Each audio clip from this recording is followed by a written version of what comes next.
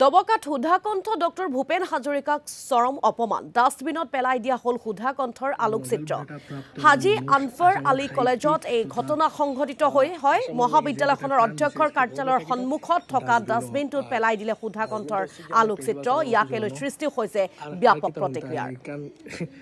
এখন তো মাতিলে কৈ দিবা যেন মাতি লৈছি বাহিৰা নেকি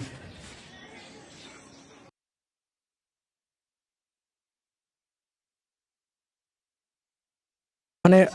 প্ৰথমত যেটো খসা মই কৈ দিওঁ মই প্ৰথমত কলেজত আহিছিলোঁ অহাৰ পিছত মই এইটো ফালে গৈ আছিলোঁ তেতিয়া মই দেখিবলৈ পাৰিলোঁ যে ইয়াত ভূপেন হাজৰিকাৰ ফটো আছে যদিও আমাৰ অধ্যক্ষ মহোদয়ে এইটো ইয়াৰ পৰা লৈ গ'ল ধুনীয়াকৈ ৰাখিছে পৰিপাটিকৈ ইয়াকে ক'ল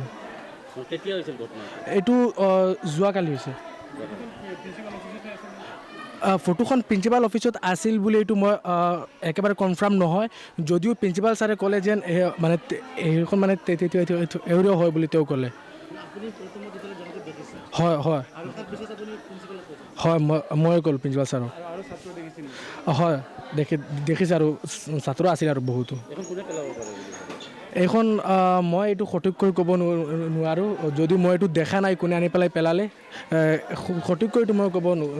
নোৱাৰিম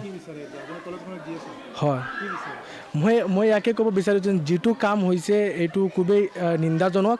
যদিও আগলৈ এনেকুৱা নহয় বুলি আমি এইটো চাই চিতি লিখিম না মই ক'ব নোৱাৰোঁ মই দেখা নাই শুনিছিলোঁ যে এনেকৈ এটা মানে ডাষ্টবিনত কোনোবা লেবাৰ ক্লাছে এইটো আনি পেলাই ইয়াত পেলাইছে এইটো মই শুনিছিলোঁ কিন্তু মই দেখা নাই মই তেতিয়া নাছিলোঁ কলেজতো নাছিলোঁ মই যোৱাকালি সন্ধিয়াৰ পিছত শুনিছোঁ কথাটো সন্ধিয়াৰ সময়ত শুনিছোঁ পৰীক্ষা শেষ হোৱাৰ সময়ত শুনিছিলোঁ পৰীক্ষা দুইবেলা আছিল গতিকে মই পৰীক্ষাৰ কামত ব্যস্ত আছিলোঁ মই এই সম্পৰ্কে আৰু কাৰো লগত কথা পতাৰ সময়ো হোৱা নাই মোৰ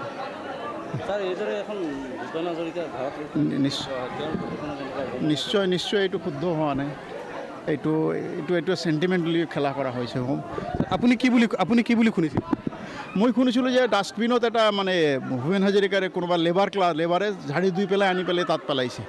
ইমানখিনি শুনিছিলোঁ তাৰপিছত মই এইটো পৰীক্ষা যিটো দুইবেলা আছিল একেবাৰে মৰ্ণিং ইভিনিং দুয়ো শ্বিফ্টত গতিকে